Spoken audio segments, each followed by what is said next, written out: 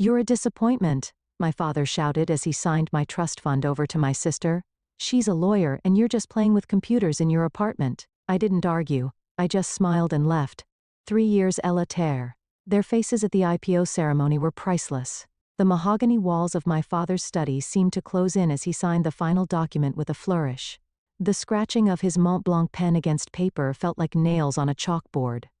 "There," he said, sliding the trust fund transfer papers across his desk. "It's done. All $2 million will go to Jennifer instead."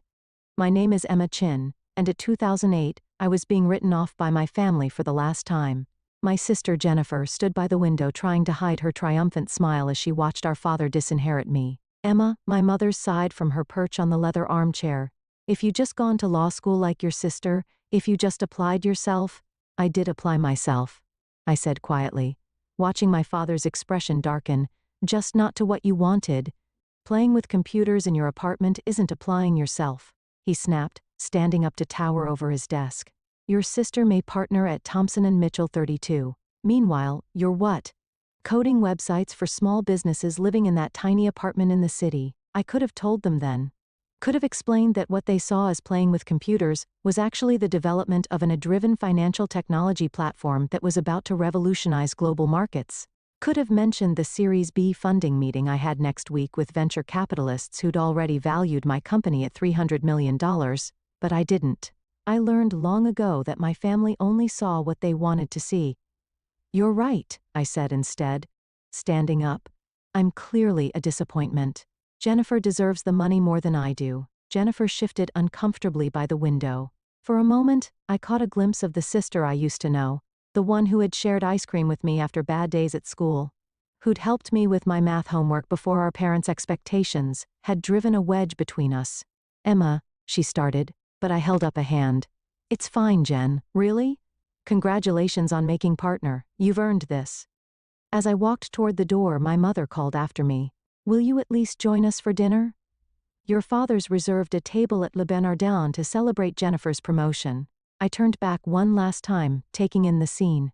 My father's disapproving frown, my mother's practice worry, Jennifer's mix of triumph and guilt. The study walls were lined with law degrees and Bar Association awards, not a single photo of me or my accomplishments in sight. "I have a meeting," I said, "but enjoy dinner." The drive back to the city gave me time to think. The trust fund had never been about the money. I had more than enough of my own now. It was about what it represented. My parents had set up identical trusts for Jennifer and me when we were born, meant to be released on our 33rd birthdays. But a clause allowed them to redirect the funds if they felt one of us was failing to live up to the family standards. My phone buzzed with a text from Maya, my CTO. "VC's moved the meeting up to tomorrow. You ready?" I smiled, thinking about the presentation we prepared. "More than ready," I typed back. Time to change the game. When I reached my apartment, the tiny space my father had sneered at, I kicked off my heels and walked straight to my home office. The wall-mounted screens displayed real-time data from our AI system's latest test run. Numbers scroll past, each one representing another successful prediction, another validation of what we built. The playing with computers my father dismissed had led to the creation of Athena, adaptive trading heuristics and enhanced neural analytics, an AI system that could predict market movements with unprecedented accuracy, processing millions of data points to identify patterns human traders could never spot. My phone buzzed again. This time it was Jennifer. "I'm sorry about Dad," her text read. "You know how he gets. The trust fund doesn't add her anyway.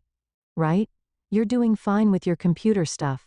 I stared at the message, noting how even Jennifer's attempt at kindness came with a subtle dismissal of my work. "Thanks, Jen," I replied. "Enjoy dinner." Turning back to my screens, I pulled up the pitch deck for tomorrow's EC meeting. The numbers were staggering. Our beta testing had shown Athena outperforming traditional trading algorithms by 312%. Major banks were already quietly reaching out, hoping to get early access to the technology. A soft chime announced an incoming video call from Maya. Her face appeared on one of the screens, her usual energy somewhat subdued. "Hey," she said, "how'd it go with the family?" "About as well as expected," I replied, running a hand through my hair. "Dad signed over my trust fund to Jennifer. They're celebrating at Abernarden right now." Maya shook her head. "Their loss." You ready to show those VCs tomorrow what real success looks like? I pulled up another screen showing Athena's latest test results. Actually, I've been thinking, what if we don't take the VC money? Maya's eyes widened. What? Emma, we're talking about a $50 million investment at a $300 million valuation. That's small thinking, I interrupted. Look at these numbers, Maya. We don't need VC funding. We could go public within a year, maintain complete control, and I smiled thinking about my father's face at the IPO ceremony. Really show them what playing with computers can accomplish. Maya was quiet for a moment processing, then a slow grin spread across her face. You want to build an empire? I want to build something that even my father can't dismiss, I corrected. Something that changes the way the entire financial world operates. Your father's a corporate lawyer, Maya pointed out. Wouldn't he have heard about Athena if it's as revolutionary as we think? I laughed. Maya, my father still uses a BlackBerry and thinks coding is something you learn at a community college. He hasn't heard about Athena because he's never bothered to ask why I actually do. His loss, Maya said firmly. So what's the play? Cancel the VC meeting? I shook my head. An idea forming. No, we use it. But instead of seeking investment, we pitch partnerships, get them to open doors to their network of financial institutions. We don't need their money. We need their connections. 6 months after being disinherited, I stood in our new office space in downtown Manhattan, watching our team of engineers work on 8 in his final testing phase. The floor-to-ceiling windows offered a perfect view of the financial district, the same institutions that would soon be revolutionized by our technology. Emma, Maya called from her workstation, you need to see this. I walked over, coffee in hand, to look at her screen. The latest simulation results were beyond even our most optimistic projections. Athena wasn't just predicting market movements, it was identifying market-moving events before they happened. Is this accurate? I asked, leaning closer to study the data. Maya nodded, her eyes bright with excitement. Triple verified. The AI spotted patterns in social media, news articles, and trading behavior that predicted the Morgan Stanley merger announcement 3 days before it happened. If this had been real trading instead of a simulation, we would have made $1 billion. I finished. Have you shown this to the compliance team? That's the best part, she said, pulling up another screen. Everything's completely legal. Athena isn't using insider information. It's just better at connecting publicly available data points than any human could ever be. My phone buzzed. A text from Jennifer. Hey sis, haven't heard from you in months. Parents are worried. Dad says your phone number at the apartment is disconnected. I smiled slightly. Of course it was disconnected. We've moved the entire operation to a $40 million office space, 6 blocks from Wall Street. But my family still thought I was playing with computers in my tiny apartment. I'm fine, I texted back. Just busy with work. Another buzz, this time from our head of legal, David. SEC meeting confirmed for next week. They're interested in the compliance protocols. That was an understatement. When word had gotten out that we were developing something revolutionary in the fintech space, the SEC had practically begged for a meeting. They wanted to understand our technology before it hit the market. Smart of them, really. Miss Chen, our receptionist's voice came through the intercom. There's a Mr. Thompson here to see you. He says he's from Thompson and Mitchell. My heart skipped a beat. Thompson and Mitchell, Jennifer's law firm, one of the largest corporate law firms in the city. Send him in, I said, straightening my blazer. James Thompson himself walked through the door, senior partner and my sister's boss. He looked exactly like the kind of lawyer my father admired. Silver-haired, perfectly tailored suit, exuding old money confidence. Miss Chen, he said, extending his hand. Thank you for seeing me without an appointment. I hope to forgive the intrusion. But when we heard rumors about what you're developing here, you heard rumors? I asked, gesturing for him to sit. From whom? He smiled diplomatically. Let's just say certain financial institutions are very interested in your technology. They're our clients, and they asked us to explore potential relationships. Does my sister know you're here? His smile faltered slightly. Jennifer? No. This meeting is strictly confidential. Though I must admit, I was surprised to learn you were her sister. She's never mentioned that she has a sister who plays with computers. I finished for him. I imagine she hasn't mentioned me much at all. Maya appeared in the doorway, tablet in hand. Emma, sorry to interrupt, but the Goldman Sachs team is here for their demo. Thompson's eyebrows shot up at the mention of Goldman Sachs. I could almost see him recalculating my worth in his head. "Mr. Thompson," I said, standing, "I apologize, but I have another meeting. If you'd like to discuss potential relationships, you can contact our legal team to schedule something." "Of course," he said, rising quickly. "But Miss Chen, whatever Goldman is offering, we can match it." Thompson and Mitchell represents half the major financial institutions in the city. I walked into the door feeling a strange satisfaction. "It's not about the money, Mr. Thompson. It's about changing the game entirely. I'm sure you understand." After he left, Maya gave me a knowing look. "You enjoyed that, didn't you?" "Maybe a little," I admitted. "How long until he tells Jennifer about our little operation here?" "Given that your sister's firm represents billions in financial interests, I'd say about 5 minutes." Sure enough, my phone buzzed again. "Emma, why didn't you tell me? Jim Thompson just came back from your office looking like he'd seen a ghost. What exactly are you working on?" I put my phone away without responding.